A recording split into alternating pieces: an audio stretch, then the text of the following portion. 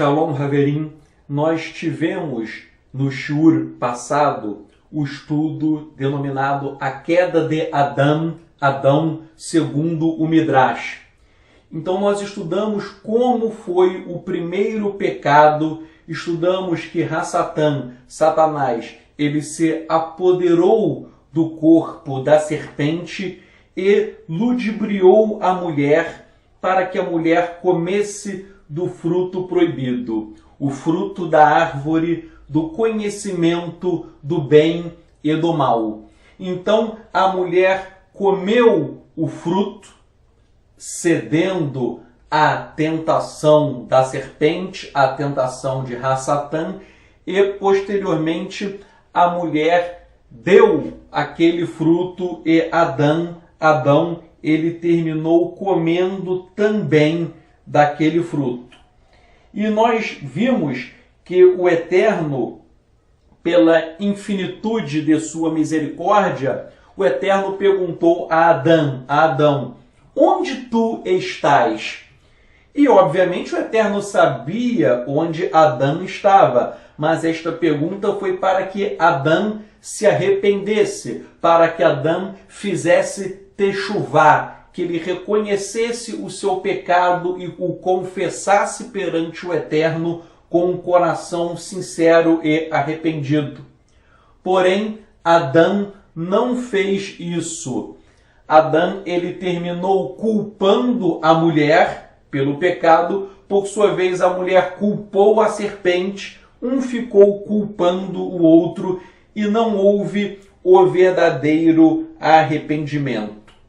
Nós estudamos isso no shiur passado e agora nós vamos estudar a sentença do Eterno proferida contra a serpente, contra Adão e contra Havá, Eva, segundo o Midrash. Eu ressalto que é segundo o Midrash que muitas informações que nós analisaremos hoje, elas não estão na Torá. Elas estão apenas no Midrash.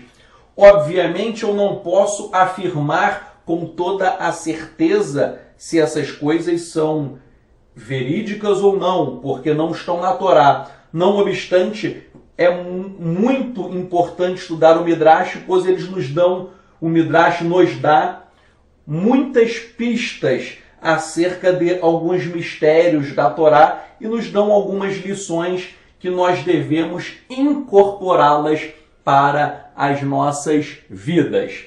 Então, nós vimos que o Eterno, na sua misericórdia, ele pronunciou o julgamento sobre Adão e Havá somente após estes terem persistido em sua obstinação.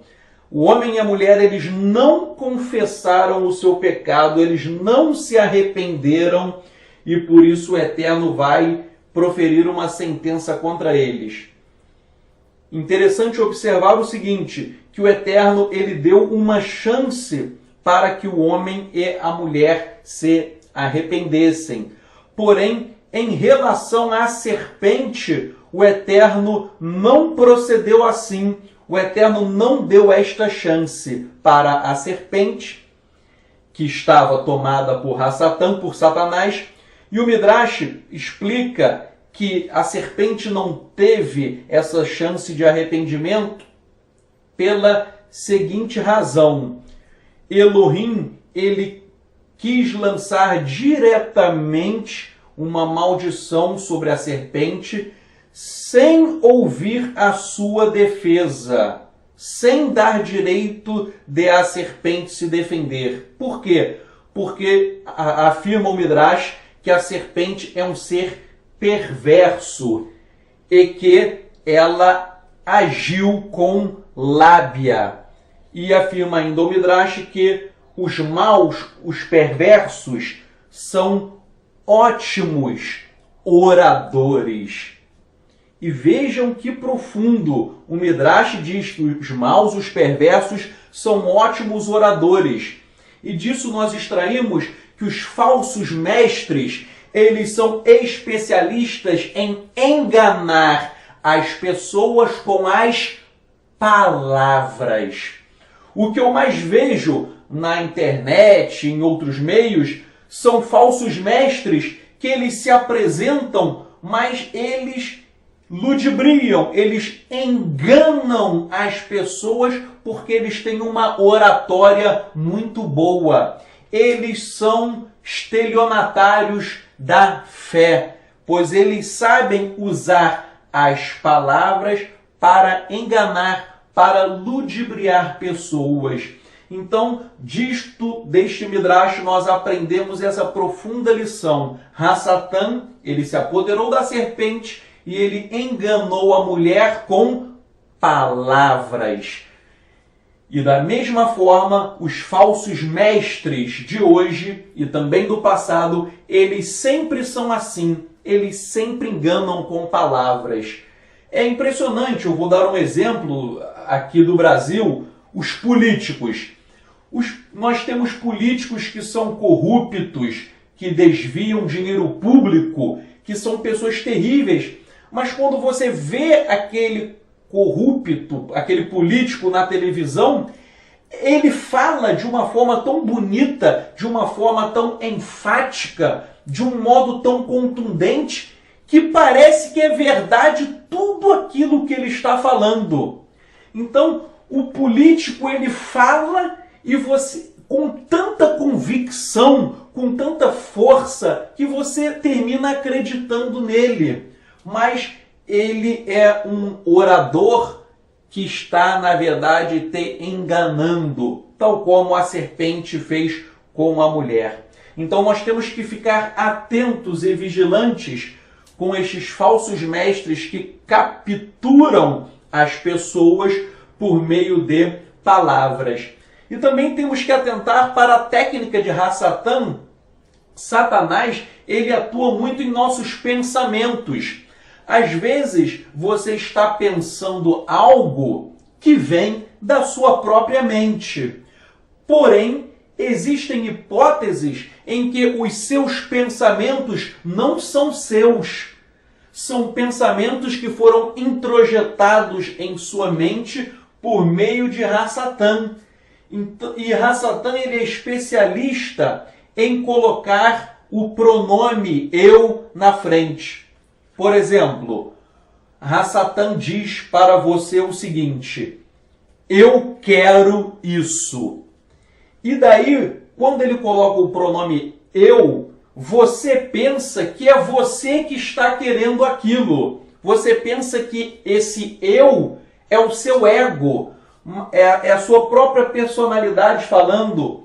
Porém, em verdade, esse eu não é você. Foi Hassatan que ele lançou um pensamento em sua mente, você absorveu esse pensamento com o pronome eu, e daí você pensa que é você quem está querendo fazer, querendo cometer aquele pecado.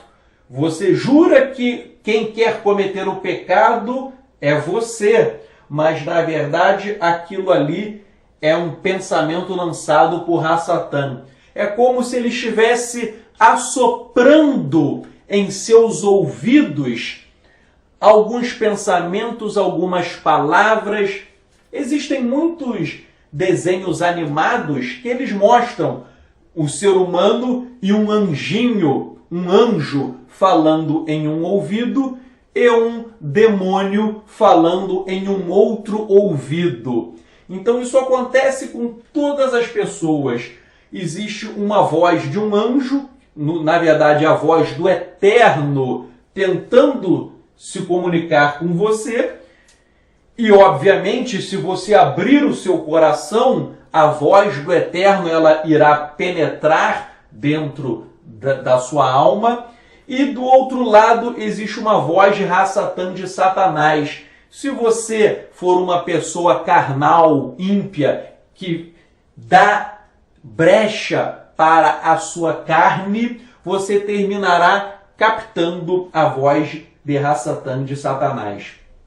Então, voltando, o Eterno ele vai punir a serpente porque ela foi usada para causar o pecado, para fazer com que o homem e a mulher pecassem. E o Midrash, ele explica várias maldições que foram lançadas contra a serpente. Então eu vou citar apenas algumas, que são muitas, mas o Midrash diz o seguinte, que a serpente teve os pés e as mãos cortados pelos anjos. Então, de acordo com o Midrash, a serpente ela tinha uma posição ereta, tal como o homem. E, de acordo com o Midrash, ela tinha pés e mãos.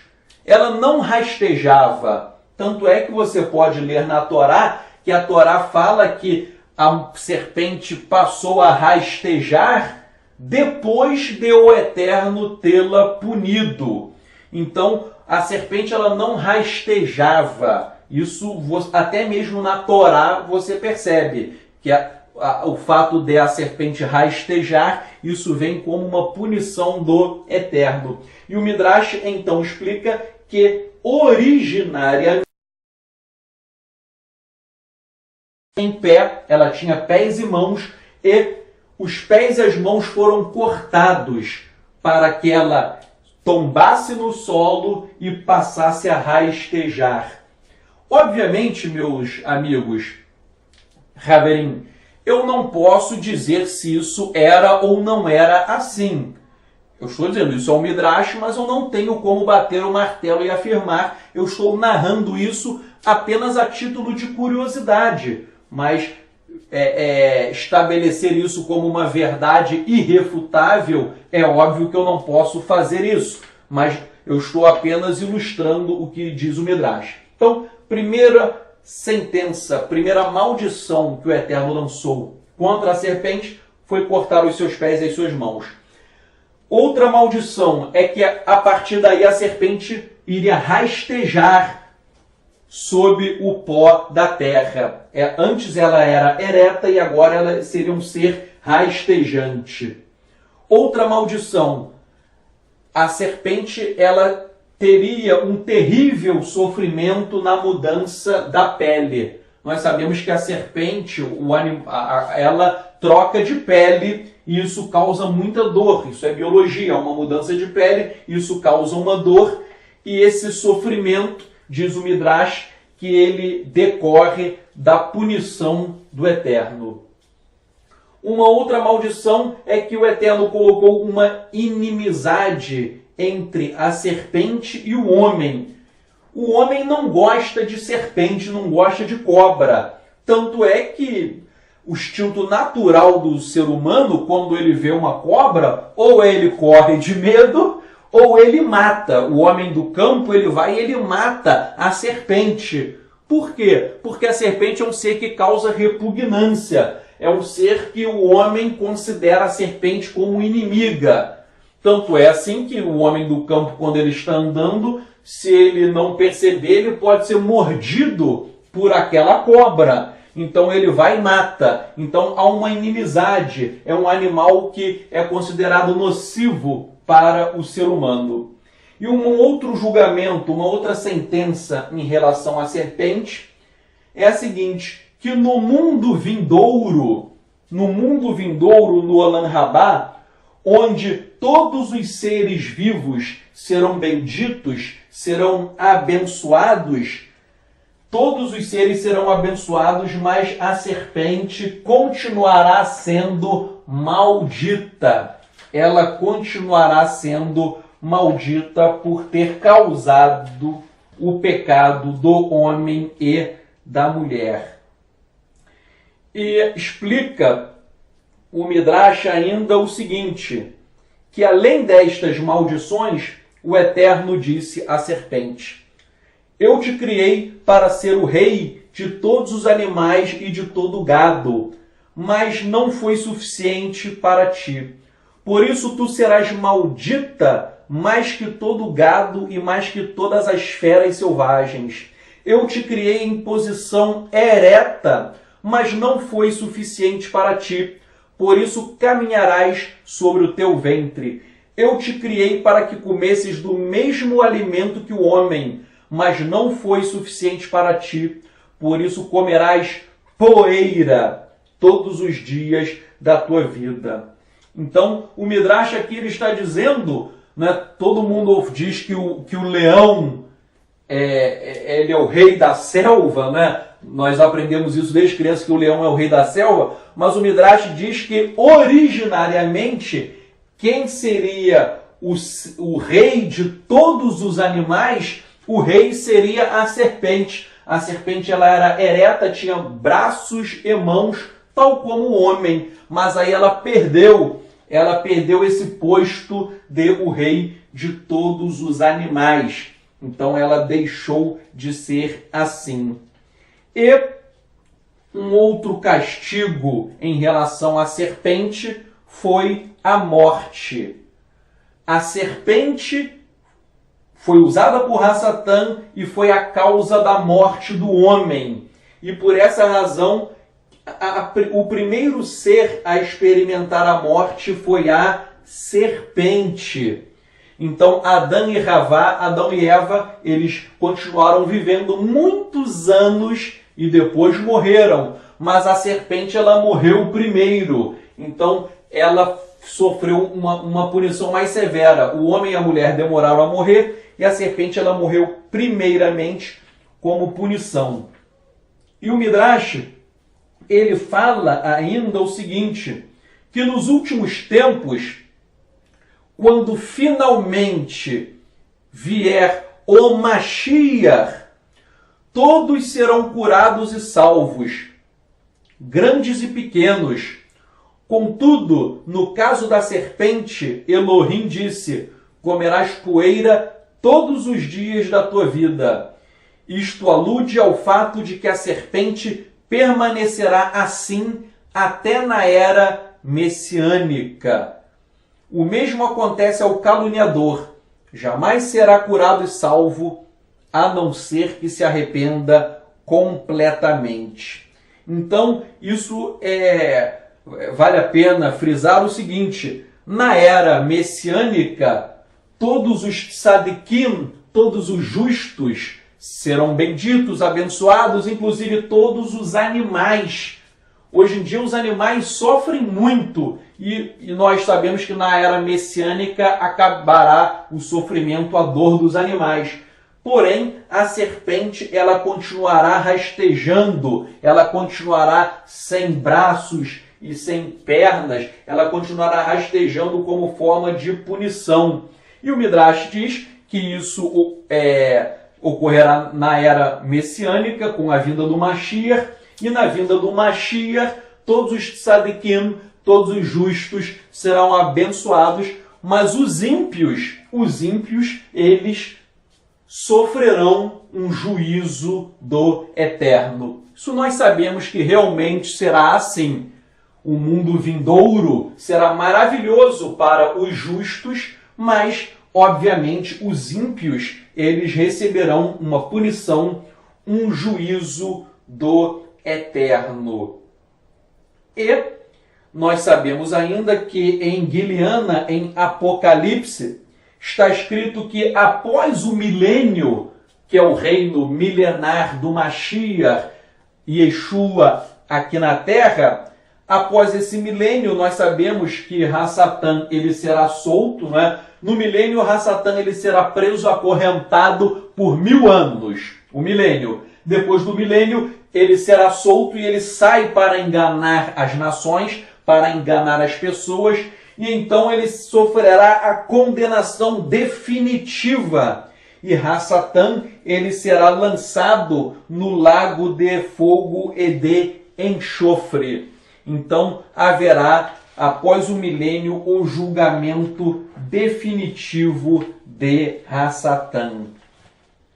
Bem, nós acabamos de ver o julgamento proferido contra a serpente e agora nós veremos quais as punições, quais os castigos que recaíram sobre a mulher, segundo o Midrash.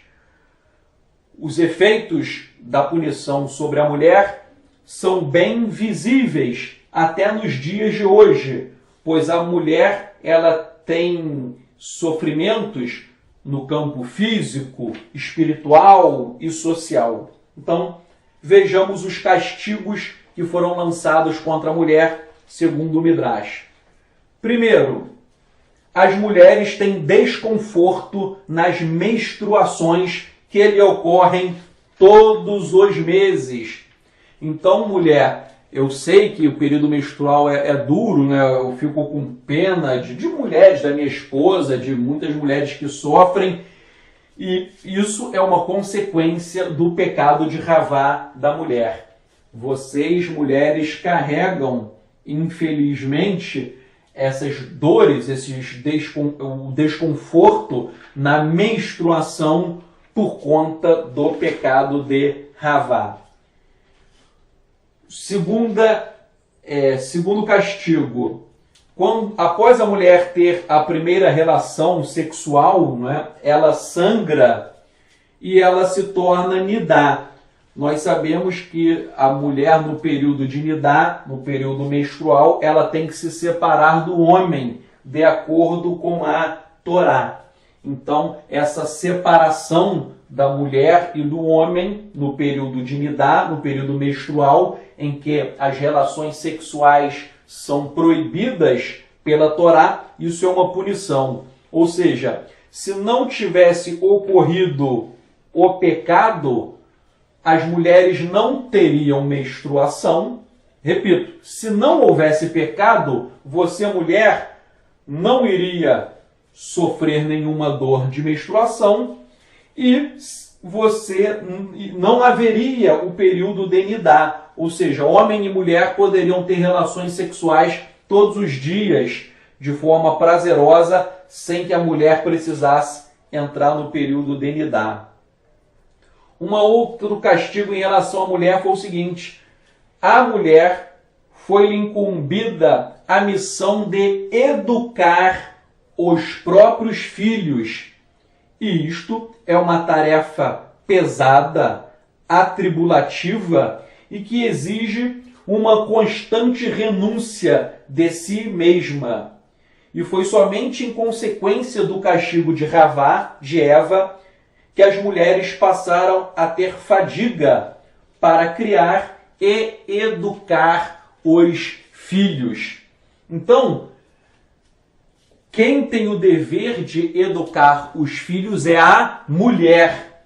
E nós sabemos que isso é uma tarefa árdua, pesada, que isso cansa. Educar os filhos dá uma dor de cabeça na mulher. E o Midrash fala que se Ravá, se Eva não tivesse pecado, seria muito fácil criar os filhos. Não haveria nenhuma dor de cabeça. Até porque não haveria pecado no mundo e todos seriam perfeitos. Então, o homem seria perfeito, a mulher perfeita, e eles teriam filhos perfeitos, sem pecado. Então, seria muito fácil cuidar dos filhos, porque todos seriam anjinhos, todos seriam totalmente íntegros e perfeitos. Mas por conta do pecado, as crianças, elas vão desenvolvendo Yetzer Hará, a inclinação para o mal, elas começam a pecar e você, mulher, tem o dever de educar os seus filhos de acordo com a Torá. E isso não é uma tarefa fácil. Educar os filhos não é uma tarefa fácil. E hoje em dia, essa tarefa se torna ainda mais difícil. Por quê? Porque muitas mulheres estão trabalhando. Eu não tenho nada contra a mulher trabalhar. A mulher pode trabalhar, mas ela tem que cuidar dos filhos. E, infelizmente, o que acontece? As mulheres estão trabalhando muito. Ao trabalhar muito, elas deixam de educar os filhos, colocam os filhos no colégio e acham que os professores que são responsáveis pela educação. Ou você contrata uma babá, ou você coloca o seu filho em uma creche e acha que a creche vai educar o seu filho, que a babá ou a empregada vai educar o seu filho. Não se iludam, mulheres. O professor não vai educar teu filho, a babá, a creche, ninguém. Você que tem que educar os seus próprios filhos de acordo com a Torá. As famílias hoje em dia estão totalmente destruídas e arruinadas. Toda a estrutura familiar está falida e indo de mal a pior em um abismo. Por quê? Porque falta uma verdadeira educação de acordo com os princípios da Torá do Eterno.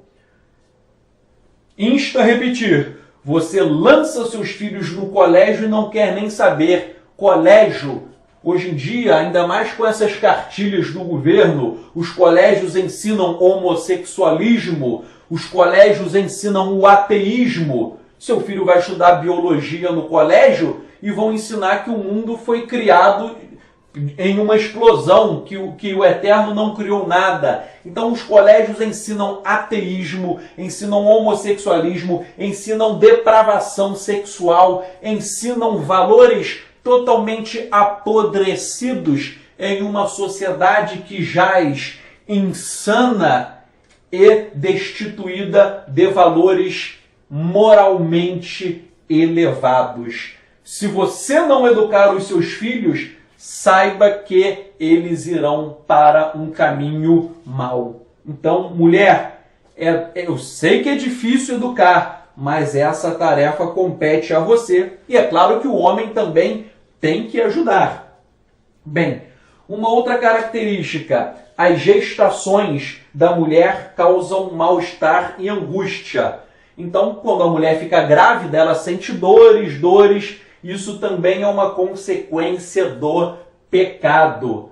Diz o Midrash que originariamente era para a mulher ficar grávida e a criança ia nascer no mesmo dia, sem dor, sem nada. Então, o Midrash fala que não tem essa história de gestação por 9 meses, que originariamente a mulher iria engravidar e no mesmo dia, sem dor nenhuma, a criancinha iria nascer. Mas já que a mulher pecou, a gestação é longa, 9 meses, e isso causa dores, o mal-estar, etc. Uma outra consequência do pecado é que a mulher sofre dores de parto. Os partos são dolorosos e isso também é uma consequência da queda. Outra característica, a mulher ela se tornou submissa a seu marido. De dia e de noite a mulher deve obedecer ao marido, preparar-lhe comida, lavar e passar a sua roupa, diz o Midrash. Então, fato é, por mais eu ajudo muito a minha esposa, eu lavo louça, nós temos uma faxineira, mas quando ela não vem, eu ajudo minha esposa, eu lavo louça, eu divido. Mas verdade seja dita, por mais que eu seja um marido participativo, que ajudo minha esposa, nós sabemos que, na verdade, quem carrega a casa nas costas é a mulher. Eu tenho que ser sincero, eu sou até muito participativo, mas nós sabemos que a mulher, no fundo, é ela quem tem que organizar tudo. Então, é ela quem vê a comida, é ela quem vê uma série de coisas. Então, a mulher, ela carrega esse peso. E a mulher ainda tem que ser submissa ao marido, pois o marido é o chefe, ele é o rosh da casa. E daí, o que acontece? Há homens que, sabendo que eles são os líderes, o homem sabendo que ele manda na casa, há homens que abusam do poder, há homens que maltratam as suas esposas, que oprimem, afligem, maltratam só porque eles estão em uma posição de superioridade, no sentido de mandar. E isso também é um erro. Eu estou em uma posição em relação à minha esposa, eu sou o chefe de casa, mas eu não posso abusar deste poder. A minha esposa tem que ser submissa a mim. Mas isto não me dá o direito de eu explorar, de eu escravizar a minha esposa. Isso é um absurdo. Eu estou dizendo isso porque muitos homens começam a estudar judaísmo, aí aprendem que o homem é quem manda. Aí o camarada ele quer chegar em casa e falar assim, olha, quem manda sou eu, e pronto e acabado. E esse marido, ele explora, ele maltrata, ele não é carinhoso com a sua esposa, ele é um péssimo marido. Então fica difícil. Se você é um péssimo marido, você não tem idoneidade moral para conduzir a sua casa. Desculpem minha franqueza, mas o chefe, o líder, ele tem que ter uma conduta exemplar em qualquer ramo, não só em casa, mas o líder em qualquer ramo do segmento humano, ele tem que ser um exemplo, ele tem que ser um espelho para os seus liderados. E o que acontece é que o marido, às vezes, ele é um cara terrível, perverso, ímpio, não quer nada, ou ele conhece um pouquinho da Bíblia, mas tem um péssimo testemunho e quer explorar a sua esposa. Então, repito, a mulher tem que ser submissa ao homem, porém o homem tem que honrar a sua esposa. O rabino Shaul, Paulo, ele escreveu em Efésios, ele disse o seguinte: o homem que ama a sua mulher ama a si próprio. E disse ainda Shaul, na mesma carta, que o homem deve amar a sua esposa tal como o Mashiach ama a sua congregação, a congregação dos justos, dos tzadikim. Então, vejam, Shaul fala que você, homem, deve amar a sua mulher tal como o Mashiach ama a congregação do Eterno. E o Mashiach amou tanto a congregação do Eterno que o Mashiach fez o quê? O Mashiach entregou a sua própria vida pela congregação do Eterno. Então você, homem, se você ama a sua esposa, você tem que estar disposto a fazer tudo por ela, inclusive a dar a sua vida, dar o seu sangue para proteger a sua mulher. E uma outra consequência que abateu a mulher, também em relação ao pecado, que a mulher ela passou a morrer. Ou seja, houve o castigo da morte. A morte entrou no mundo e a mulher passou a morrer. A mulher foi criada de forma imortal e agora ela iria morrer. Bem, essas são as consequências, a sentença do Eterno contra a mulher. E agora nós vamos estudar as punições do Eterno em relação ao homem, em relação a Adão. Nós já estudamos, e vale a pena repetir, que o pecado de Adão foi o de ter escutado a voz da sua mulher em vez da voz de Elohim. E por isso Havá, Eva, o arrastou ao pecado. E Adão também recebeu castigos. Bem, os castigos de Adão foram o seguinte. Diz o Midrash, eu não posso afirmar que isso era assim, mas diz o Midrash que Adão, ele era grande, admiravelmente grande.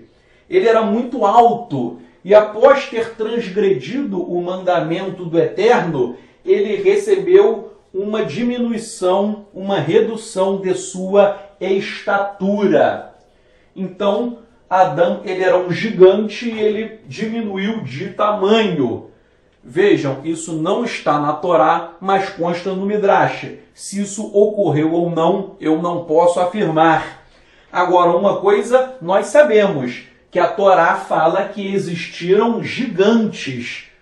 Já foram até descobertos ossos de homens gigantes que viveram na antiguidade. A Bíblia fala desses gigantes. Então, é possível que Adão tenha sido criado também como um gigante e depois ele perdeu essa estatura. Isso é possível, mas eu não tenho como afirmar.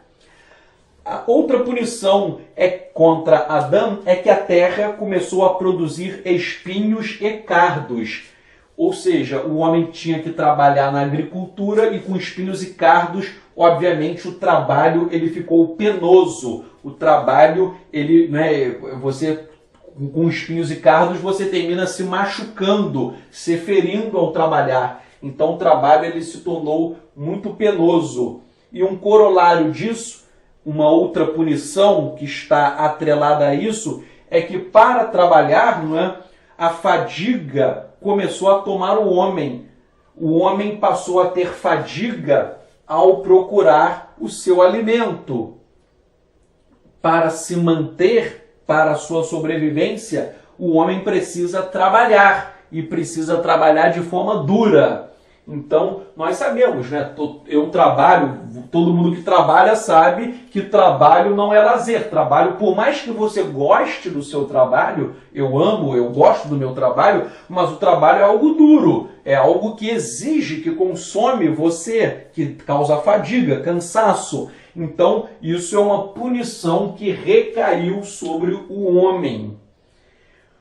Afirma ainda o Midrash que se o homem não tivesse pecado, a terra ela produziria coisas maravilhosas que iriam crescer espontaneamente no Gan Eden.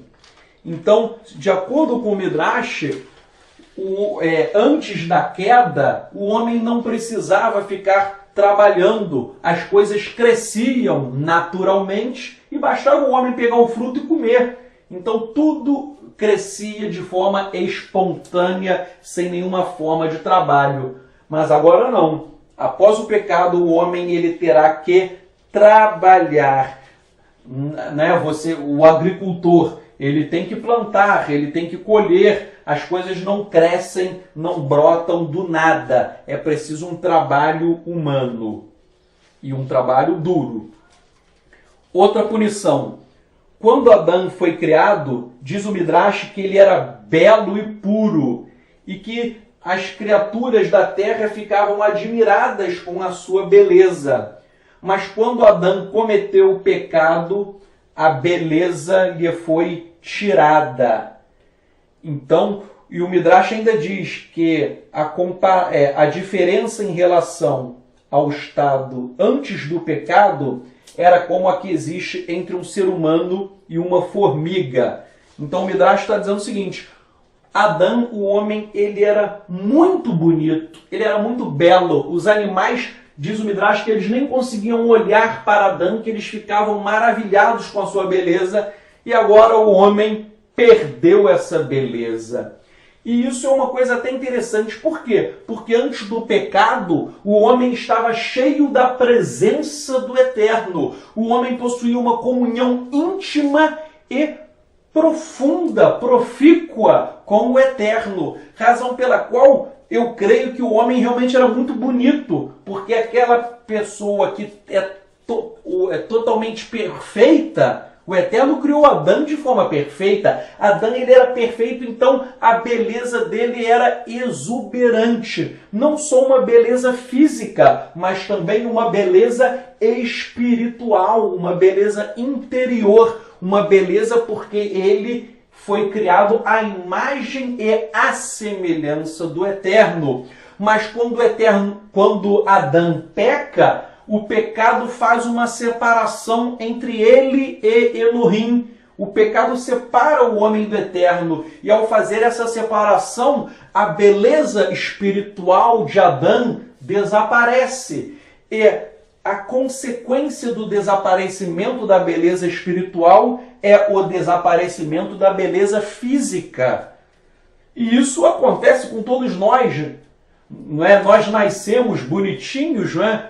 Eu vejo minhas fotos de criança, pele lisinha, o cabelo lindo, maravilhoso. Hoje em dia o tempo vai passando, cada vez nós vamos ficando mais feios. O cabelo branco meu vai nascendo, o cabelo vai cair, vai ficando branco, o cabelo vai caindo, não é? As rugas vão aparecendo. Então o ser humano ele vai ficando mais feio até morrer de vez. E Adão não. Adão ele tinha uma pele linda, maravilhosa. Ravá também. A mulher era linda, maravilhosa. Nenhuma modelo e manequim da face da terra. Você pode pegar a mulher mais bonita do mundo, Pega a mulher mais bonita do mundo, que ela é feia perto de Eva, perto de Ravá. Ravá, Eva, era muito mais bonita. Pense numa mulher bonita, multiplique por 1 milhão, que você vai chegar à beleza da primeira mulher. Então, o homem perdeu a beleza, a mulher também. Uma outra punição para Adão foi a seguinte: Adão, ele teve que sair do paraíso. Ele foi expulso do paraíso. Ele perdeu a sua posição de senhor e de dominador de tudo. E Adão, ele foi posto ao oriente do jardim. E ele foi rodeado de anjos da destruição que o espantaram cada vez que ele procurava retornar ao jardim. Toda vez que Adão tentava voltar ao jardim, ele era expulso. E ele foi posto ao oriente do jardim, porque, de acordo com o Talmud, a Sheriná do Eterno, ela se retirou para o ocidente. Isto está em Bava Batra 25a, o Tratado do Talmud. Então, esse Tratado do Talmud diz que a Sheriná, a presença do Eterno, se retirou ao ocidente. Então, disso eu aprendo uma coisa também muito interessante. Vejam o seguinte: Adão, o Eterno deu tudo para ele. O Eterno deu todo o paraíso. Ele era dono de tudo, tudo. Ele tinha tudo. Ele só não podia fazer uma coisa: comer do fruto da árvore do conhecimento do bem e do mal. Mas, mesmo sendo Senhor de tudo, ele trocou tudo que ele tinha por um fruto. E, ao comer esse fruto, ele terminou perdendo absolutamente tudo o que ele tinha. Ou seja, nós sabemos que é verdadeiro que quem deseja o que não lhe é devido, não só não realiza o seu desejo, mas perde também o que lhe é devido. Não só não realiza o seu desejo, mas perde também o que já possui. Isso, gente, é de uma profundidade muito grande. Eu não sei se eu vou conseguir explicar isso de forma clara, mas a questão é a seguinte: Adão tinha tudo. Ele podia se contentar e se alegrar, mas ele cobiçou exatamente aquilo que ele não tinha. E ao pegar e comer o fruto que ele não tinha, ele perdeu tudo o que ele tinha. Isso tem a ver também, a psicanálise estuda isso. Freud, Sigmund Freud, o pai da psicanálise, ele disse o seguinte, que o homem é um ser faltante. Ou seja, o homem sempre acha que falta alguma coisa. Alguém pode ter tudo na vida, tudo, saúde, beleza, dinheiro, um bom casamento, você pode ter tudo, mas você sempre vai achar que está faltando alguma coisa. Por isso que Freud disse que o homem é um ser faltante. Então, essa lição de Freud ela é verdadeira, porque Adão, ele tinha tudo. Tinha uma mulher linda, maravilhosa, que foi tirada dele. Ele tinha todo o Gan Eden, todo o paraíso. Ele não sentia dor, ele não sentia frio, fome, ele não precisava trabalhar, ele não suava, ele não tinha fadiga, ele tinha tudo, tudo. Mas ele achou que lhe faltava alguma coisa. Ele não se contentou com o que tinha. E ele quis justamente aquilo que é proibido. E daí nós aprendemos esta lição, que nós devemos nos contentar com aquilo que nós temos. Freud diz que o homem é um ser faltante, mas nós que cremos em Yeshua, nós não podemos ser homens faltantes. Nós temos que vivenciar o que ensinou o rabino Shaul, Paulo. Paulo disse: eu aprendi a contentar-me com o que eu tenho. Então, você tem que aprender a ser feliz com o que você tem. E não buscar a felicidade naquilo que você não tem. Então, isso é muito profundo, porque eu conheço pessoas que são ricas, têm dinheiro, têm saúde, têm tudo, e elas são infelizes, porque elas sempre estão buscando algo além, elas não se contentam com aquilo que elas possuem, elas sempre querem outra coisa. E eu vejo o seguinte: o segredo da felicidade é saber ser feliz com aquilo que você já tem e não com aquilo que você deseja. A felicidade, ela não está no mundo. A felicidade, ela está dentro do seu coração. Se você se encher da presença do Eterno, da Ruach HaKodesh, do Espírito de Santidade, se você for cheio do Espírito do Eterno, obviamente você vai ser uma pessoa alegre, uma pessoa feliz. Você pode até passar por tribulações, por provas, por adversidades, mas você sempre estará de cabeça erguida, porque o Eterno, ele vai te dar uma alegria que é sobrenatural. Eu já vi no Yad Vashem, no Museu do Holocausto em Israel, há uma cena que me comoveu muito. Você vê imagens de um gueto nazista, uma coisa terrível. O nosso povo sofrendo, mas havia judeus que estavam dançando para o Eterno, judeus que estavam cantando para o Eterno, que estavam sorrindo. Imaginem você em um campo de concentração, sorrindo, cantando. Como que essas pessoas conseguiram essa alegria? Essa alegria, ela não é humana. Ela é uma alegria sobrenatural que desce dos céus até você. Só consegue ser feliz em meio às adversidades aquelas pessoas que estão cheias da presença, cheias da emanação do Eterno. E uma outra punição do homem em relação a Adão foi o seguinte: o Eterno disse para Adão: tu és pó e ao pó tu retornarás. Então, este é o castigo derradeiro do homem. Agora, o homem iria morrer. O homem seria sepultado e ele novamente retornaria ao pó. O homem não poderia fugir da morte. A morte é uma punição para todos nós, seres humanos. E eu digo, a morte é aparentemente algo ruim, mas na verdade a morte é algo bom, porque a morte nos serve de aviso.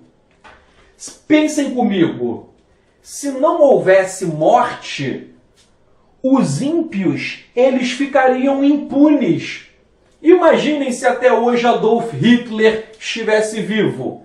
Imaginem se até hoje Stalin, se até hoje o faraó do Egito, se todas as pessoas perversas estivessem vivas até hoje. O mundo seria um caos maior do que já é hoje. A situação está difícil, mas ela seria pior ainda. Então a morte, ela é um aviso, porque a morte, ela iguala todos os seres humanos. O justo e o ímpio, o rico e o pobre, o branco e o negro, o homem e a mulher, o livre e o escravo, todos são pó e ao pó eles retornam. Então a morte ela nos dá um aviso, qual seja, um dia nós iremos morrer e um dia nós iremos prestar contas dos nossos atos perante o Criador dos céus e da terra. E você tem que viver hoje sabendo que um julgamento e um juiz te esperam. Então, você tem que ter uma conduta correta, você tem que ser um tzadik, um justo, você tem que ser um talmid, um discípulo de Yeshua HaMashiach e viver em retidão, porque a morte te espera. Há uma história muito interessante que o pai de Alexandre o Grande, ninguém sabe o dia que vai morrer. Eu posso morrer hoje, eu posso morrer amanhã, a gente não sabe o dia da nossa morte. Então o pai de Alexandre o Grande, ele falava para um soldado seu todo dia acordá-lo na parte da manhã. Não havia despertador, né, relógio naquela época, então era um soldado que iria despertá-lo todos os dias. E ele mandou que o soldado todos os dias o despertasse dizendo o seguinte: hoje é um dia em que tu poderás morrer. Então, o pai de Alexandre o Grande acordava com essa frase: hoje é o dia em que tu poderás morrer. Por que isso? Para que o pai de Alexandre o Grande pensava o seguinte: se hoje é o dia em que eu poderei morrer, eu tenho que viver o hoje como se fosse o meu último dia de vida. Eu tenho que fazer tudo hoje, porque pode não haver um amanhã. Na verdade, o poeta Renato Russo, ele escreveu algo parecido. É preciso amar as pessoas como se não houvesse amanhã. Porque se você parar para pensar, na verdade não há. Isso é profundo do Renato Russo. O amanhã não existe.